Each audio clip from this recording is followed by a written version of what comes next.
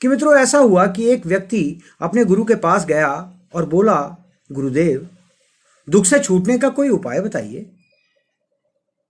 शिष्य ने छोटे से शब्दों में एक बहुत बड़ा प्रश्न रख दिया था। दुखों की दुनिया में जीना और उससे मुक्ति का उपाय भी ढूंढना, यह सचमुच एक बड़ा प्रश्न है और एक बड़ा मुश्किल प्रश्न है। गुरु एनलाइटेंड थे। उन्होंने कहा, एक काम करो कि जो सबसे सुखी आदमी है उसके घर जाओ और उसके जूते पहनकर जूते लेकर आओ, और उन जूतों को लेकर मैं उसमें एक मंत्र फूंक दूंगा और तुम्हें सभी दुखों से छुटकारा मिल जाएगा। ऐसा कोई मैं उपाय करता हूं। शिष्य चला गया, बड़ा खुश था, क्योंकि आसान काम था। एक सुखी आदमी ढूंढना था और उसके जूते लेके आने थे। एक आदमी के घर पे पहुंचा कि भाई, तुम मुझे बड़े सुखी लगते हो, अपने जूते आज के लिए मेरे को दे दो, मैं इसका मोल दे दूंगा। उसने कहा, कमाल करते हो भाई, एक जूते? अरे 10 जोड़ी जूते ले जाओ यार। लेकिन क्या पूछते क्या हो, मुझसे सुखी समझते हो? अरे मेरा पड़ोसी इतना बदमाश है, क्या करूं? उसके रहते मैं सुखी रह सकता हूं क्या?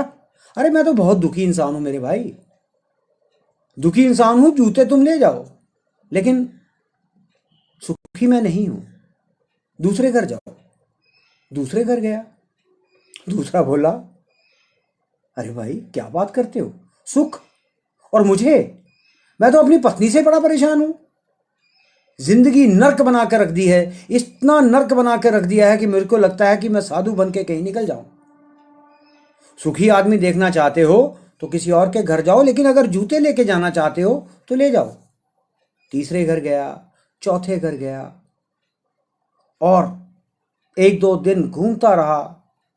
कहीं उसकी पत्नी, जो पत्नी के किसी की पत्नी के पास जाता तो कहता वो अपने पति को क्रूर बताती।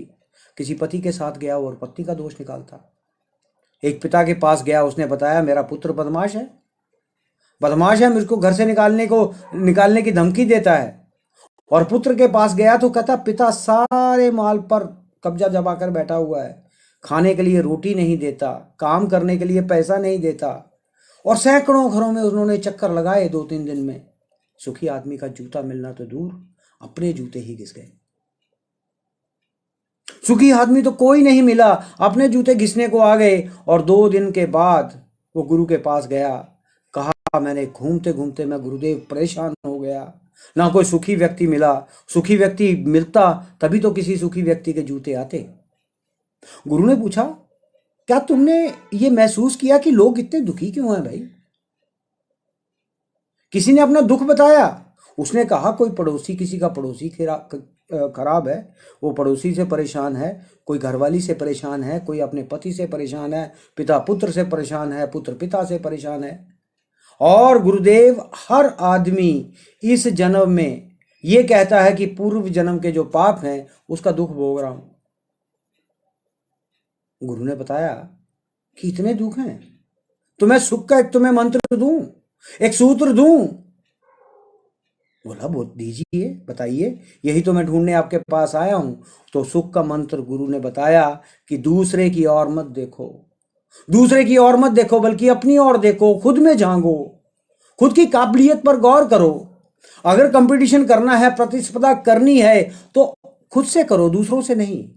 यह जीवन तुम्हारी अपनी यात्रा है, और दूसरों को देखकर अपने रास्ते मत बदलो।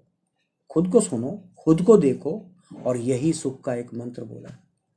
यही सुख का एक मंत्र है कि खुद को फॉलो करो, खुद को देखो, खुद को सुनो।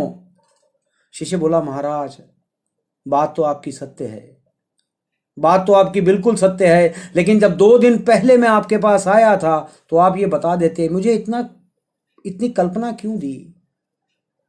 क्यों मुझे घर घर घुमाया आपने? इतनी परिक्रमा क्यों करवाई मुझसे? गुरु बोले, वत्स, जो सत्य होता है ना, वो सीधे नहीं पचता, वह बड़ा दुष्पाच्य होता है। और अगर मैं ये बात तुम्हें परसों बता देता, जब तुम मेरे पास आए थे, तो तुम हरगिज नहीं मानते। तुम ऐसे मेरी बात सुनकर चले जाते और बाहर जाकर मेरे ही खिलाफ बोलना शुरू कर देते। लेकिन जब तुमने स्वयं इसको अनुभव किया, जब सबकी परिक्रमा ली, सारे घर में चक्कर लगाए, लोगों की बातें सुनी, तरह तरह की बातें सुनी, तब तुम्हारे जीवन में थोड़ा समझ में आया। और अब ये जो मेरी शिक्षा है, ये तुम जीवन भर नहीं भूलोगे।